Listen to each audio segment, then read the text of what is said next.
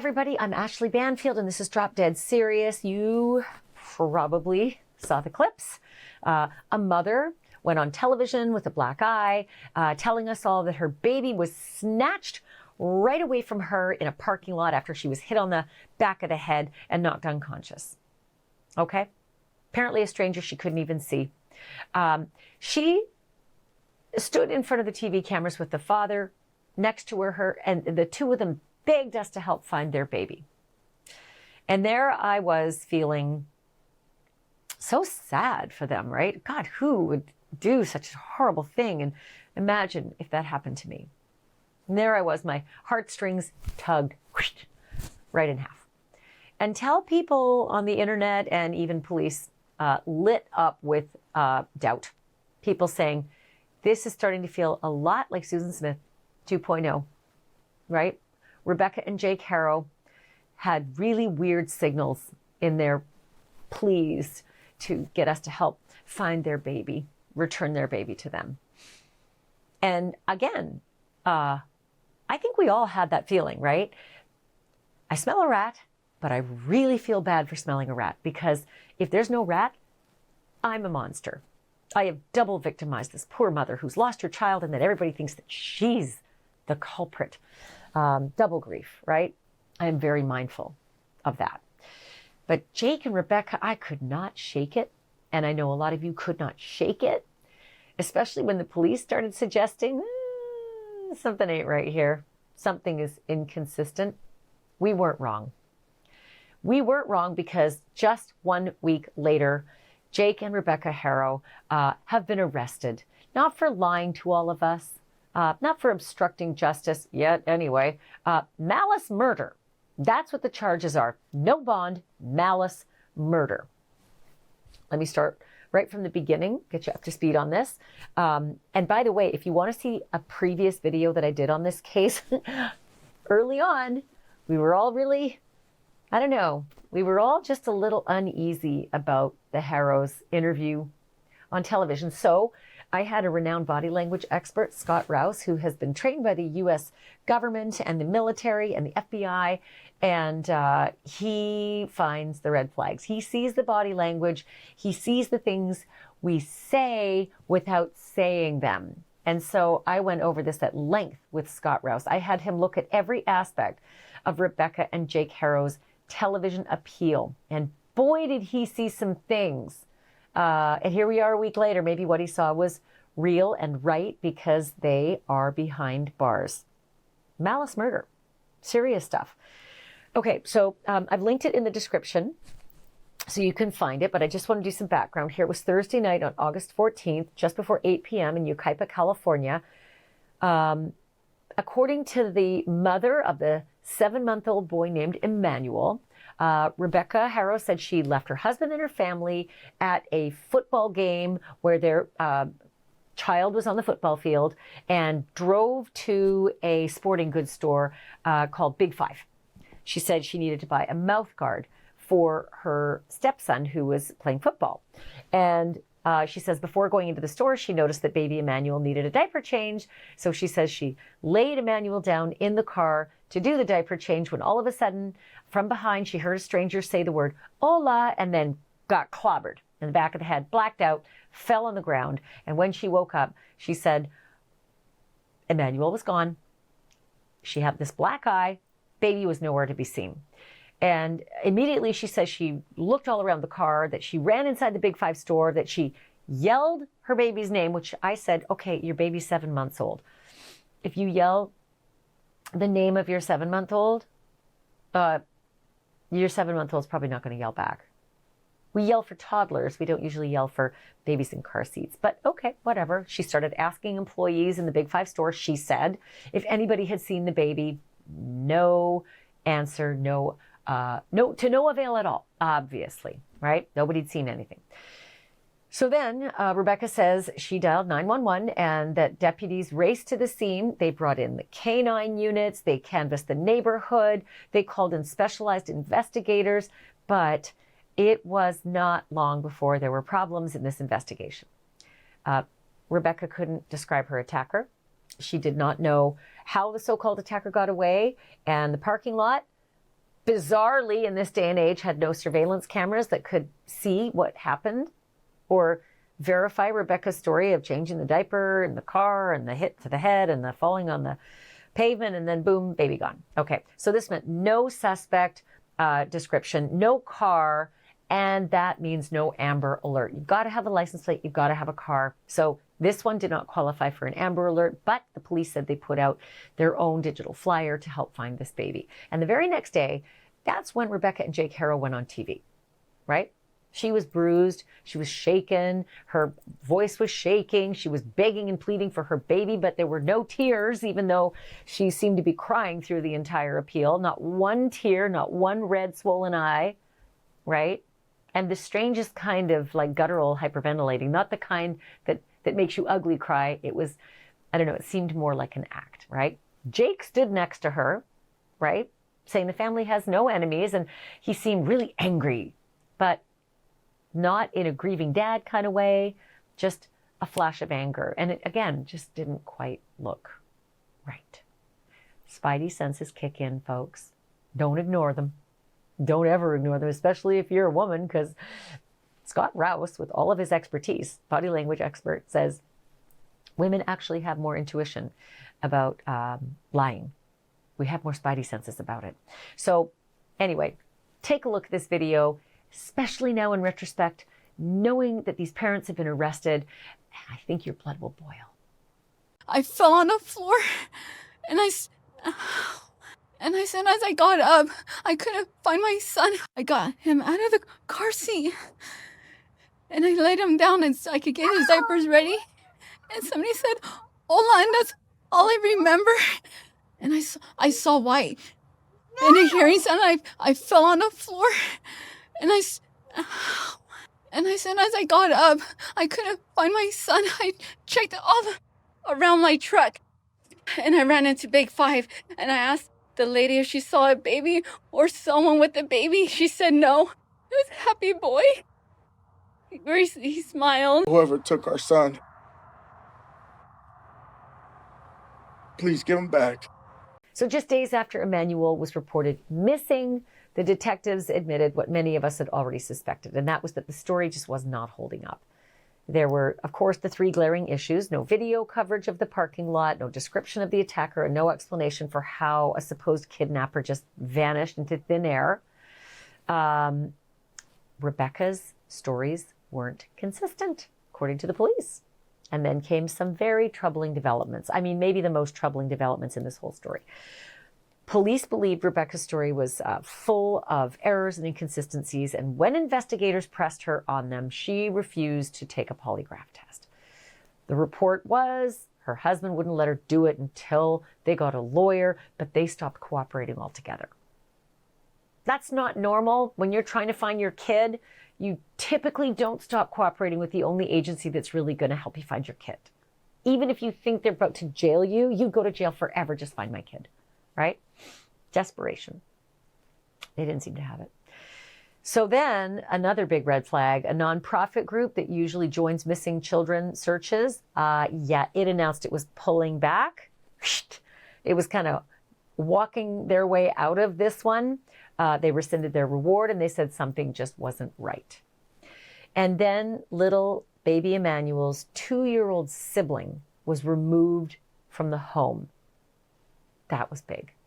Behind the scenes, the detectives were moving pretty darn quickly. Search warrants were served at the Haro home. Digital devices were seized. Surveillance video from nearby businesses collected, analyzed. Jake's background surfaced. Whoo-hoo! This wasn't just a little red flag. This was like, the flag with the hammer and sickle on it. I mean, this was huge. He had a prior conviction for child cruelty. And that landed him in jail for 6 months and landed him on parole after that. And I'm going to get into more of that detail in just a moment because it's not small, even though you think, well, 6 months, child cruelty is terrible, but it couldn't have been that bad if he only served 6 months. Holy shit. It was unbearable. It was huge what he did. Like, it should have been a life sentence what he did. I do not know why he didn't get a life sentence, but wait for that detail. Still, the couple went on camera And they did the whole Susan Smithy thing, crying and hyperventilating and breathing hard. And yeah. I spoke with Jake Haro's attorney live on my News Nation show. And he said that Jake was offering to cooperate with the police. But the police put out a statement saying that the Haros weren't cooperating. So that was a little incongruous, right? Now fast forward to Friday, August the 22nd, 8 days after baby Emmanuel was reported missing. The investigators moved in, and they didn't just tiptoe. They came in barrels loaded, right? All forward facing. The San Bernardino County deputies rolled into Cabazon, where Jake and Rebecca reside. They had a fleet of vehicles, tactical trucks, cruisers, armored units. It was Rebecca who was led out of the home first, and Jake Haro followed shortly afterwards. We have some of the video to show you what it looked like in the morning. I don't know if they were expecting it or if they believed that they had, sold the story well on, television interviews, but boom, there they were, let out. So both were booked into the Riverside County Jail. Both of them were formally charged with malice murder, and they're both being held without bail. So that evening, the San Bernardino County Sheriff's Office released a statement. Let me read it for you, shall I? Quote, numerous interviews have been conducted. Search warrants have been served. Digital and electronic evidence has been collected and closely analyzed. Based on the evidence, investigators determined a kidnapping in Yucaipa did not occur. It is believed Emmanuel is deceased, and the search to recover his remains is ongoing. That is devastating news, because they just don't believe that they're searching for a child anymore. They think they're searching for a body. And while police haven't released all of the evidence yet, it is clear that they felt they'd seen enough to swoop in, to make the arrest, and to act on this. And this wasn't the first time that children tied to this family had suffered unimaginable harm. This is your fair warning. I'm about to tell you some things that are reported now about 3 other Haro children. Years earlier, Jake's daughter from a previous marriage, her name is now Promise. She's been renamed. Jake's daughter was hospitalized at the ripe young age of 10 weeks old. 10 weeks. That's basically as newborn as they get. The doctors documented the following: fractured ribs, a skull fracture, bleeding on the brain, swelling in the neck, and even a broken leg. Again, 10 weeks old.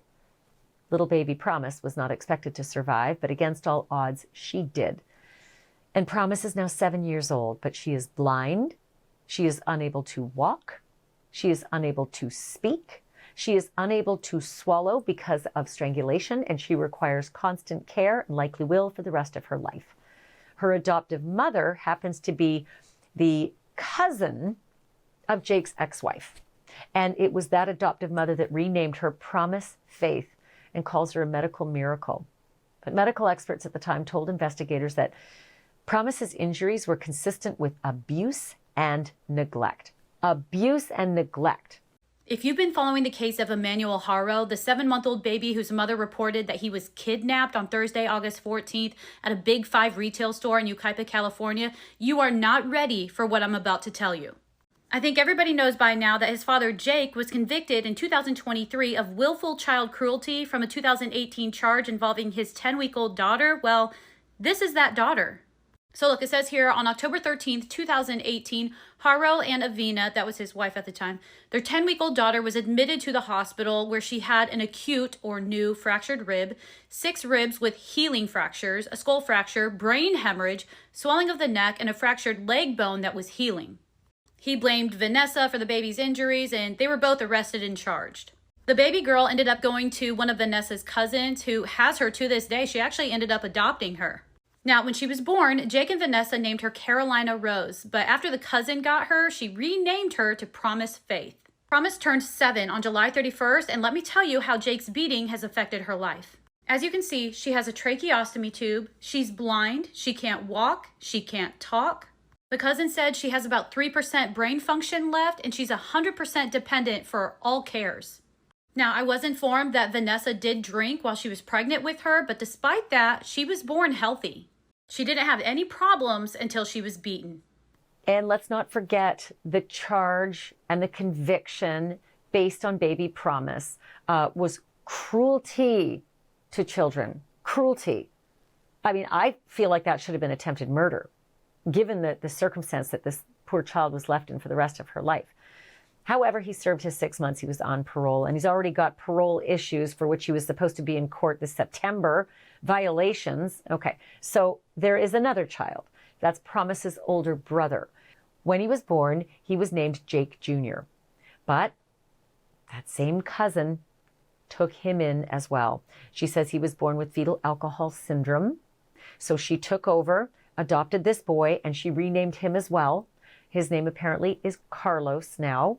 And as if having to adopt 2 children isn't enough, that third child, now living in that same cousin's home, is that 2-year-old who was removed from the Haro's home shortly after the story of baby Emmanuel going missing broke. And of course, right after, police started to think there were inconsistencies and something fishy. That 2-year-old was removed from the Haro home and is in that cousin's home. So cousin now has 3 of Jake Haro's babies. And again, it's Jake's ex-wife's cousin. As of this recording, Rebecca and Jake Haro are both sitting in jail, both charged with malice murder for the death of their infant son, Emmanuel. His body hasn't been found, but deputies say they continue to search. They're even combing through barns near the family's home. They say there are no other suspects in this story right now. And investigators say this case is centered on the parents.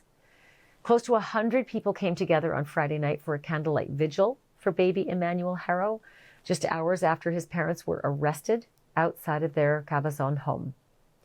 So if you are angry, seething, totally understandable. There is nothing quite like having your chain yanked from one end of the emotional spectrum all the way to the other. The first end is absolute sympathy and terror for a parent who's lost a child, even for 5 minutes. It is so traumatizing if you can't find your child.